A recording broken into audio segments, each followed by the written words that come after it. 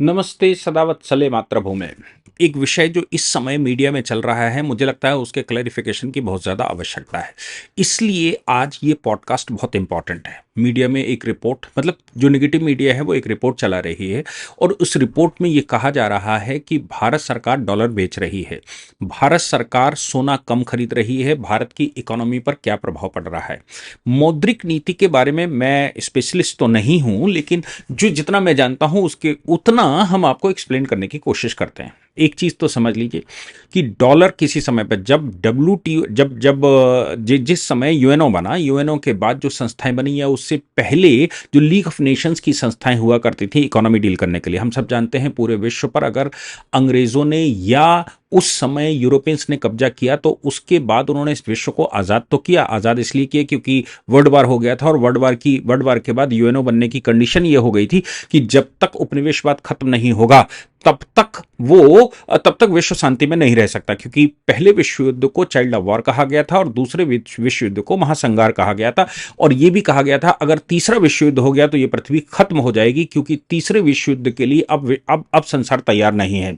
लेकिन उस समय इस योजना के तहत सभी देशों से उन्होंने अपनी सेनाएं वापस ली, वो खुद वापस गए, वो अपनी बैरकों में वापस गए और पूरे विश्व के लगभग 150 देशों पर जिन पर उनका कब्जा हुआ करता था उन सबको उन्होंने स्वतंत्र किया।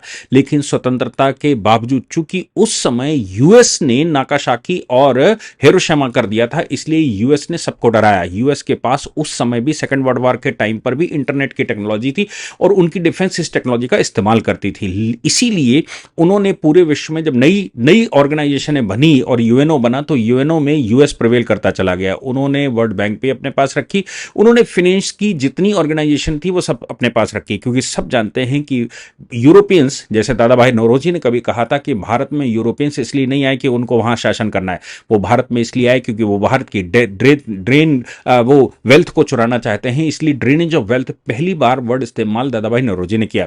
इसके बाद स्वतंत्रता के बाद भी हमने हिंदू शासन भारत में स्थापित नहीं किया, हमने भारतीय इकोनॉमी भारत में लागू नहीं की, हमने भारतीय व्यवस्था भारत में लागू नहीं की और इसका परिणाम निकला कि हम विश्व के दूसरे देशों के साथ कंपेयर करने में समर्थ नहीं रहे, क्योंकि जो टेक्नोलॉजी हमने अडॉप्ट की या जो इकोनॉमी हमने अडॉप्ट की वो उनकी इकोनॉमी थी, उनकी इकोनॉमी के ट्रैक में हम फंस गए।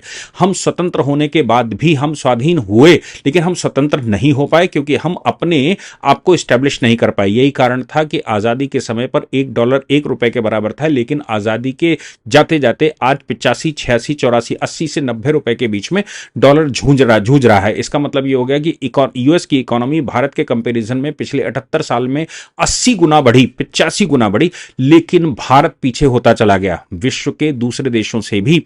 मैं यूरोपियन की बात करूं, यूरोपियन से पीछे जाना स्वाभाविक था क्योंकि वो सारे लूटकर संसार भर का धन अपने पास ले गए थे। लेकिन अमेरिका की इकोनॉमी इसलिए बढ़ी क्योंकि अमेरिका ने बॉम्ब डेवलप कर लिए थे और अमेरिका ने पूरे विश्व को डराना शुरू किया। वो पूरे विश्व का चौधरी बनता चला गया। धीरे धीरे अमेरिका ने पूरे विश्व में अपने मिलिट्री बेस बनाने शुरू कर दिए और अपनी इकोनॉमी के अर्ध गिर्द घुमाना शुरू कर दिया। यही कारण था कि जब वर्ल्ड बैंक में जो मेन करेंसी थी वो डॉलर हो गई और डॉलर पूरे विश्व में चलने लगा। डॉलर सभी संसार के लगभग सभी कंट्री डॉलर खरीदते हैं। डॉलर की खरीद फरोख्त सरकारों की सेंसेक्स का सबसे बड़ा मूल कारण है। वो अपनी इकोनॉमी को बैलेंस करते हैं, वो अपनी इकोनॉमी में इन्फ्लेशन को कंट्रोल करते हैं, इंपोर्ट और एक्सपोर्ट को कंट्रोल करते हैं। इसलिए डॉलर की खरीद फरोख्त संसार का प्रत्येक कंट्री लगभग करता है। गोल्ड की खरीद फरोख्त भी की जाती है। हालांकि 73 के 70 के दशक में जिस प्रकार से रिसेशन संसार में आया था, उसके बाद उस रिसेशन के बाद यह तय हुआ कि डॉलर पर निर्भरता खत्म की जाए और निर्भरता अब नई करेंसी डेवलप कर दी गई। हालांकि उसमें उस समय गोल्ड को प्राइमरी कंसर्न माना गया, लेकिन फिर भी आईबीआरडी ने उस समय एसडीआर स्पेशल राइट डेवलप कर दिए और वो एसडीआर एक नई करेंसी डेवलप हो गई। इसलिए जब हम आईएमएफ में जाते हैं और कोई भी संसार की करेंसी खरीदना चाहते हैं तो फिर वो करेंसी एसडीआर ही उसका मूल ट्रांजैक्शन का साधन होता है। लेकिन फिर भी डॉलर अपना प्रभुत्व बनाए हुए है और गोल्ड भी अपना प्रभुत्व बनाए हुए है। गोल्ड, डॉलर और एसडीआर, इसके अलावा बाद में जब यूरोपियन यूनियन बना तो यूरोपियन यूनियन ने भी अपनी एक कॉमन करेंसी लगाई और वो कॉमन करेंसी यूरो के नाम से जानी गई। यूरो ने पिछले 20 साल में बहुत कुछ 2008 1960 के बाद बहुत कंपटीशन दिया, लेकिन वो कंपटीशन अभी भी डॉलर को दे नहीं पाई है। पर डॉलर पूरे विश्व में आज भी खरीदा बेचा जाता है। भारत में बड़े ट्रेडर्स भी डॉलर खरीदते हैं। डॉलर से मतलब है जब डॉलर कमजोर होता है तो उसको खरीदते हैं, जब डॉलर मजबूत होता है तो उसको बेच देते हैं।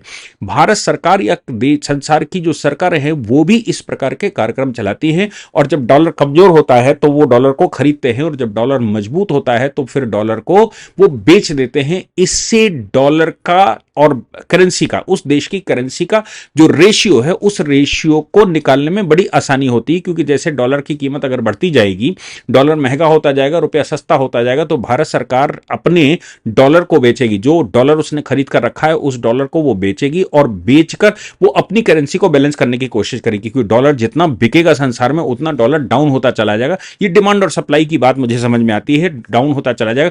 यही कारण है कि जब हमने कॉमन करेंसी की बात कही, जब हमने बिम्स्टेक में कॉमन करेंसी की बात कही, मोदी जी ने कॉमन करेंसी को इंट्रोड्यूस किया, और चाइना, ब्राजील, रशिया और इंडिया, साउथ अफ्रीका ने यह तय किया कि हम अपनी करेंसी में डील करना शुरू करेंगे, तो डोनाल्ड ट्रंप का उस समय बयान आया और उसने कहा कि देखिए, अगर ये लोग अपनी करेंसी में उसको डील करना शुरू कर देंगे तो अमेरिका उनके खिलाफ पता नहीं क्या क्या प्रतिबंध लगा देगा, और अमेरिका बहुत कुछ गलत कर देगा। क्योंकि डोनाल्ड ट्रंप को ये 100% खतरा था कि अगर डॉलर का ट्रांजैक्शन संसार में खत्म हो गया, डॉलर की खरीद फरोख्त संसार में खत्म होगी, डॉलर का प्रभुत्व अभी तक पूरे विश्व की सभी करेंसियों में सबसे ज्यादा है, अगर वो खत्म हो जाता है तो ऐसी परिस्थितियों में अमेरिका की इकोनॉमी लगभग 50% डाउन होगी। अमेरिका की इकोनॉमी अगर वो डाउन होती चली जाएगी तो उसका परिणाम यह भी निकलेगा कि अमेरिका की इकोनॉमी, ये जो डोनाल्ड ट्रंप के प्रतिबंध वाला खेल है, ये जो डोनाल्ड ट्रंप का टैरिफ का गेम है, इस टैरिफ के गेम का कोई प्रभाव विश्व में नहीं पड़ेगा, क्योंकि डॉलर सस्ता होने का मतलब बिल्कुल साफ है कि अब ज्यादा चीजें लोग खरीद पाएंगे, अब ज्यादा इंपोर्ट होगा, एक्सपोर्ट कम होगा, यूएस नीचे चलता चला जाएगा। और एक परिस्थिति ऐसी है कि यूएस में $37 बिलियन का ऑलरेडी कर्जा है, इसलिए यूएस की इकोनॉमी अगर और इतनी ही नीचे चली गई तो फिर यूएस का प्रभुत्व संसार में खत्म हो जाएगा। यूएस का प्रभुत्व बनाए रखने के लिए ही डोनाल्ड ट्रंप लगातार बमों की बातें करते हैं, लगातार एटम बमों की बातें करती हैं, रिसर्चों की बातें करते हैं। और जैसे ही रशिया ने एक मिसाइल डेवलप कर ली, और वो मिसाइलें चाहे टॉर्पीडो के रूप में डेवलप की हो या फिर वो स्काई मिसाइल डेवलप की हो, उन मिसाइलों में उसने एआई बेस्ड फ्यूल लगाया। एआई बेस्ड फ्यूल का मतलब था कि वो मिसाइल आपके ऊपर घूमती रहेगी और जब चाहें जहां चाहें वो उसको विस्फोट कर सकता है। उसके पिन पॉइंट में ही अब बारूद भरा जाएगा, यानी कि न्यूक्लियर वेपन भरा होगा। न्यूक्लियर वेपन की बात हम सब जानते हैं कि न्यूक्लियर वेपन कभी खत्म नहीं होता, या न्यूक्लियर सब्सटेंस कभी खत्म नहीं होता, उसका केवल रूपांतरण होता है। बिजली संसार में उसी से बनती है और ज्यादातर एनर्जी के कंसर्न संसार में उसी से चलाए जाते हैं। अब चूंकि एनर्जी कंसर्न उससे चलाए जाते हैं, इसलिए अब अगर वो टेक्नोलॉजी कहीं टॉर्पीडो में लग जाए, यानी कि समुद्र के अंदर जहाजों में लग जाए, तो फिर अंदर समुद्र के अंदर रशिया जैसे प्रिवेल करता है, और वैसे ही आसमान में भी रशिया प्रिवेल करता है। भले ही उसकी इकोनॉमी कमजोर हो, लेकिन वो प्रिवेल करता है और सबकी फटती भी उससे सही से है।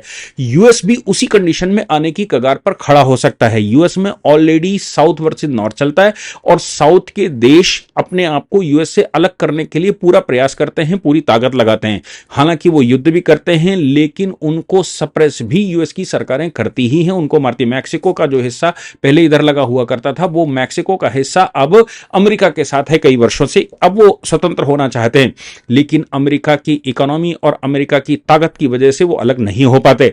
अब अमेरिका की इकोनॉमी अगर डाउन होती है, अगर डॉलर संसार से कमजोर होता है और डॉलर संसार के सभी कंट्री बेचना शुरू कर देते हैं, तो आप समझ लीजिए कि इससे यूएस की इकोनॉमी कमजोर होगी, और यूएस की इकोनॉमी कमजोर होगी तो उसके जो बेस बने हुए हैं, मिलिट्री बेस संसार में, उसको रिड्यूस करना पड़ेगा। और मिलिट्री बेस, इसके अलावा वो जो रिसर्चें करते हैं जिससे वो अपने आयुध बढ़ाते हैं, जिससे वो अपनी शक्ति बढ़ाते हैं, उनमें भी कमजोरी आएगी। रिसर्च एंड डेवलपमेंट में पैसा उनको कम निकालना पड़ेगा, क्योंकि पैसा होगा ही नहीं। ऐसी परिस्थिति में यूएस जब इस प्रकार के परिस्थितियों में घिरेगा तो उसका मुख्य कारण है डॉलर का बिकना। अब भारत सरकार के पास इस समय डॉलर चूंकि महंगा था, डॉलर अभी 88 रुपए तक पहुंच गया था, या 88-89 रुपए तक, तब भारत सरकार ने डॉलर जो उसने खरीद कर पहले से रखे थे, डॉलर को बेचना शुरू किया। डॉलर को बेचने की नीति से ही भारत के रुपए में कुछ मजबूती आई, भारत का रुपया कुछ ठीक हुआ। हम सब जानते हैं कि 2024 अक्टूबर 2024 से फरवरी 2025 तक आरबीआई ने स्पॉट मार्केट में $45 बिलियन, $45 बिलियन उसने मार्केट में बेचे। इसके अतिरिक्त फॉरवर्ड डॉलर सेल्स में $67 बिलियन उसने बेचे। आप समझ लीजिए ये जो स्पॉट मार्केट है, या फिर इनको मैं ऐसे बताता हूं कि हमारे देश में जो भी विदेशों से पैसा आता है, जो भी विदेशों से ट्रांजैक्शन होता है, वो बैंकें करती हैं। बैंकें ट्रांजैक्शन कर सकती हैं, रुपया लिक्विडेट करके आपको देती हैं और डॉलर अपने पास रख लेती हैं। डॉलर बैंकों के पास जो इकट्ठा हो गया है, उस डॉलर को आरबीआई खरीदता है। आरबीआई खरीदने के बाद उसको फिर से बेचता है, और अगर उसके पास डॉलर सफिशिएंट हो जाता है तो आरबीआई फिर से बैंकों को वापस करता है, नहीं तो बैंकों से खरीदकर वो ओपन मार्केट में उसको स्पॉट मार्केट में बेचता है। और ओपन मार्केट में बेचने का परिणाम यह निकलता है कि डॉलर मार्केट में, यूएस की मार्केट में चला जाता है, डॉलर की कीमत डाउन होने लगती है। या फिर मैं दूसरे शब्दों में कहूं, हम अपनी इकोनॉमी को बैलेंस करने के लिए ऐसा करते हैं। इसलिए ये कोई नया रॉकेट साइंस नहीं है, ये सदैव से भारत सरकार करती है। ये अब संसार की ज्यादातर देश करते हैं। जब तक डॉलर अपनी प्रिवेलिंग सिचुएशन में है तब तक वो करते रहेंगे। इसके अतिरिक्त हम रिजर्व में गोल्ड रखते हैं।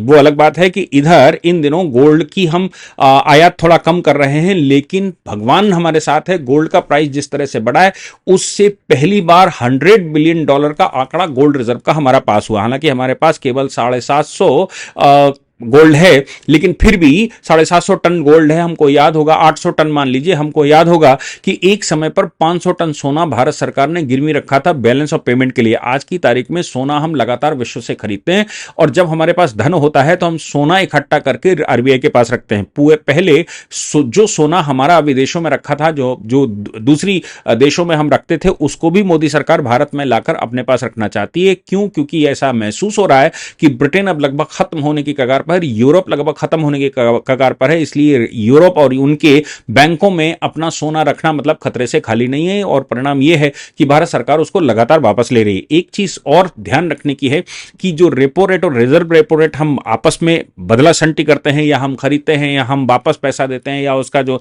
इंटरेस्ट रेट बढ़ाते हैं, तो ये जो डॉलर है, डॉलर इसमें एक बड़ी भूमिका निभाता है। डॉलर जो भूमिका निभाता है उसमें हम ये मान के चलें कि उस डॉलर की खरीद फरोख्त से हमारा इन्फ्लेशन कंट्रोल होता है, क्योंकि हम इंपोर्ट ज्यादा कर पाते हैं, और या फिर एक्सपोर्ट ज्यादा कर पाते हैं। इंपोर्ट और एक्सपोर्ट को बैलेंस करने के लिए डॉलर का खरीद फरोख्त और सोने की खरीद फरोख्त आवश्यक होती है। ये सरकारें अपने स्तर पर विश्व भर में करती हैं। इसलिए ये कहना, जिस किसी ने भी इसको कहा है कि भारत सरकार डॉलर बेच रही है, या फिर भारत सरकार ने सोना कम खरीदना शुरू कर दिया है, डॉलर बेचकर भारत सरकार कोई ऐसा नहीं है। दूसरी बात यह भी है कि पूरे विश्व से जो पैसा आता है, हमारे जो एम्प्लॉइज काम करते हैं संसार में, हालांकि वो दूसरे देशों के लिए काम करते हैं, लेकिन एक महत्वाकांक्षी उनका योगदान भारत सरकार में रहता है। वो अपने परिवार के लिए, अपने घर वालों के लिए, अपने माँ बाप के लिए कुछ पैसा बेचते हैं, या भारत में आकर कुछ पैसा इन्वेस्ट करते हैं, या फिर वो वहां मकान नहीं बना पाते। छोटा इंप्लॉय तो यहां पर 100% पैसा लेकर आता है, लेकिन बड़ा इंप्लॉय जो बड़े स्तर पर जाता है, वो अमेरिका या यूरोप में जाकर बस जाता है। लेकिन वो जब तक उसके माँ बाप या परिवार के लोग जीवित रहते हैं, तब तक वो उनको पैसा भेजता है, जिससे हमारा फॉरेक्स रिजर्व बढ़ता है। इसके अतिरिक्त भारत सरकार जिस प्रकार से इस समय रिफॉर्म लेकर आ रही है, चाहे जुडिशियल रिफॉर्म की बात करें, चाहे इकोनॉमिक रिफॉर्म की बात करें, चाहे सिस्टमेटिक रिफॉर्म की बात करें, सभी प्रकार के रिफॉर्म भारत सरकार जो लेकर आई है वो, और करप्शन के अगेंस्ट में जो भारत सरकार का यूपीआई मोड है, जो भीम ऐप को लेकर पूरे विश्व में हम जा रहे हैं, भारत के यूपीआई को पूरे विश्व में हम प्रचारित कर रहे हैं। और भारत में भी अब छोटे सब्जी वाले, खोंचे वाले, या फिर मैं कहूं बूट पॉलिश करने वाले भी अपने पास एक क्यूआर कोड रखते हैं, जिसकी मदद से भारत में ट्रांजैक्शन करना बहुत आसान हो गया है। भारत के रिमोट एरिया में भी अगर आप जाइए तो फिर ऑनलाइन ट्रांजैक्शन आसानी से हो जाता है। ऑनलाइन ट्रांजैक्शन जितना बढ़ता है, उसका मतलब यह हो गया कि अगर 2000 का नोट हमने बंद किया, पहले 500, 1000 के नोट बंद किए थे, बाद में हमने 2000 का नोट छापा, और 2000 का नोट भी अगर हमने बंद कर दिया, तो फिर अब कैश की लिक्विडिटी थोड़ी कम होती जा रही है। ऐसा भी अनुमान है कि भारत सरकार ने 500 का नोट छापना बंद कर दिया है, और भविष्य में 500 का नोट भी वापस ले लिया जाएगा। मैक्सिमम जो सबसे बड़ा नोट होगा वो 200 रुपए का होगा। इतनी महंगाई के बाद 200 रुपए के नोट से करप्शन पर बहुत बड़ा प्रहार होगा। हम लिक्विडिटी में आ रहे हैं, हम ई रूपी चलाने की कोशिश कर रहे हैं, ताकि ई रुपया चलाया जा सके, और वो सब ऑन रिकॉर्ड हो सके। ये जो इकोनॉमिक रिफॉर्म हम ला रहे हैं, जो करप्शन के खिलाफ रिफॉर्म ला रहे हैं, उससे भारत की इकोनॉमी लगातार बढ़ रही है, इन्फ्लेशन लगातार कम हो रहा है। अगर हम बात करें मुद्रास्फीति की, तो मैं ये कह दूं कि भारत की मुद्रास्फीति 2%, 2.5%, 3% और 4% तक मैक्सिमम रहती है। लेकिन इस समय मोदी सरकार के आने के बाद जीडीपी लगातार 7 से 8% या 6.5 से 7% के बीच में जूझ रही है। इसका मतलब हो गया अगर 2 से 3%, 4% भी मैक्सिमम अगर इन्फ्लेशन रहता है और जीडीपी हमारी 7% या 8% रहती है, तो भी भारत की बचत 4% के लगभग है। विश्व के किसी भी कंट्री की 4 से 3% तक बचत नहीं है आज की तारीख में। भारत की बचत, क्योंकि इन्फ्लेशन कम है और हमारे पास ग्रोथ ज्यादा है, इसका इन्फ्लेशन कम और विकास दर ज्यादा होने का परिणाम यह होता है कि लोगों के पास वेल्थ क्रिएट होगी, देश की भी वेल्थ क्रिएट होगी और देश में धन इकट्ठा हो रहा है। यही कारण है कि फॉरेक्स रिजर्व हमारे पास बढ़ रहा है, गोल्ड भी हमारे पास बढ़ रहा है।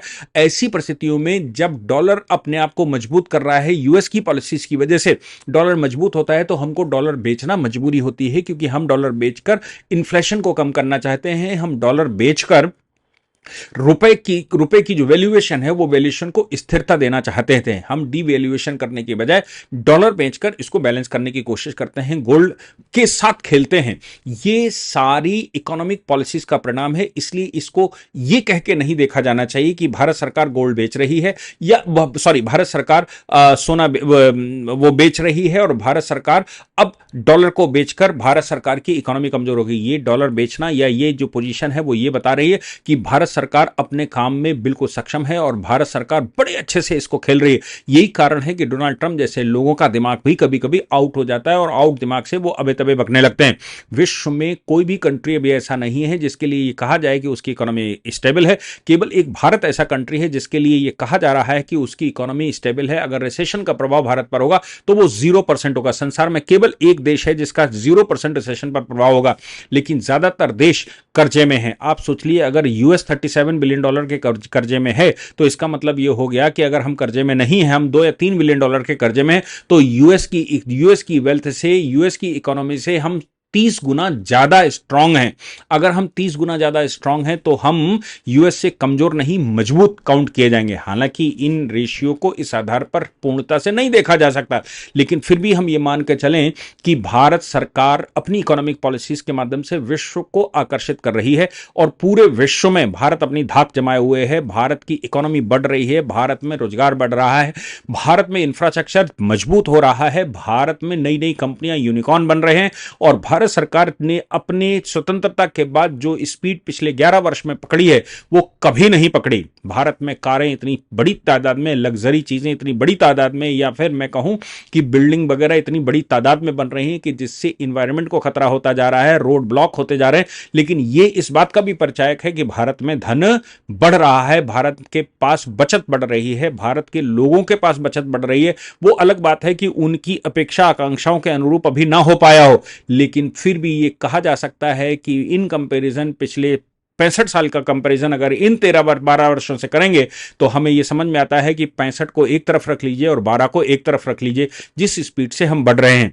बाकी की जो सोचने समझने की क्षमता है वो हर व्यक्ति अपने हिसाब से उसको नेगेटिव में पॉजिटिव लेता है, लेकिन मेरी समझ में यह आता है कि आज भारत सरकार बढ़ रही है। भारत सरकार नहीं, पूरा देश बढ़ रहा है और ये बढ़ने की वजह से ये हम इकोनॉमी में इस प्रकार के खेल खेलने में सक्षम है। इससे पहले हम इस प्रकार के खेल नहीं खेल पाते थे। इससे पहले तो हम गोल्ड भी रिजर्व रखकर ही काम करते थे या गोल्ड भी गिरवी रखकर ही काम करते थे। आज की तारीख में गोल्ड रिजर्व बढ़ रहा है, आज की तारीख में फॉरेक्स रिजर्व बढ़ रहा है, आज की तारीख में हमारे पास यूरो का स्टॉक है, आज की तारीख में हमारे पास डॉलर का स्टॉक है और इतना स्टॉक है कि हम डॉलर या यूरो को बेचकर अब इकोनॉमी को बैलेंस या इन्फ्लेशन और ग्रोथ रेट को बैलेंस करना चाहते हैं। आयात निर्यात पर भी हम नियंत्रण अब उस इकोनॉमी से वैसे ही करने लगे हैं जैसे कि यूएस कभी करता था। लेकिन आज यूएस की पोजीशन सिर्फ इसलिए मजबूत है क्योंकि डॉलर पूरे संसार के केंद्रीय बिंदु में है। जिस दिन डॉलर की प्रभुत्ता खत्म हो जाएगी उस दिन यूएस का बुरा हाल होना स्वाभाविक है। अब देखना यह है कि संसार की कौन सी इकोनॉमी बीच में आती है। हालांकि भारत ने 33 देशों के साथ ऐसे कॉन्ट्रैक्ट कर लिए जिनमें कि अब हम रुपए के चलन को बढ़ा रहे हैं। हमने वॉस्टो अकाउंट वहां पर खोल दिए और रुपया अब सेंट्रल करेंसी के रूप में 33 देशों में एटलीस्ट चलने लगी है। धीरे धीरे करके मोदी जी जहां कहीं भी जा रहे हैं वहां भीम ऐप को वो कर रहे हैं और यूपीआई अब वो अफ्रीका में कंसंट्रेट करके, अभी हम सब जानते हैं कि हमारे राष्ट्रपति महोदय भी इस समय अफ्रीका में है और अफ्रीका में भी हम लगातार अपने यूपीआई को वहां का सेंट्रल पॉइंट बनाते जा रहे हैं। इसका मतलब ये हो गया कि इकोनॉमी के केंद्र बिंदु में भारत आने के लिए पूरी ताकत से लगा है। यही कारण है कि डोनाल्ड ट्रंप जैसे लोगों को भारत अब हजम होने वाला नहीं है और वो भारत के खिलाफ क्या स्ट्रेटजी अपनाएं, क्या उसके विचार करें और कैसे भारत से निपटे, इस विषय पर वो लगातार कुछ ना कुछ बयान देते हैं, कुछ ना कुछ करते ही रहते हैं। मेरा मानना बिल्कुल साफ है कि भारत ने जो ग्रोथ पकड़ी है, वो ग्रोथ अगर हम सब साथ देते रहे सरकार का, तो वो ग्रोथ पकड़े रहेगी और वो ग्रोथ संसार को प्रभावित करेगी। जय हिंद, जय भारत।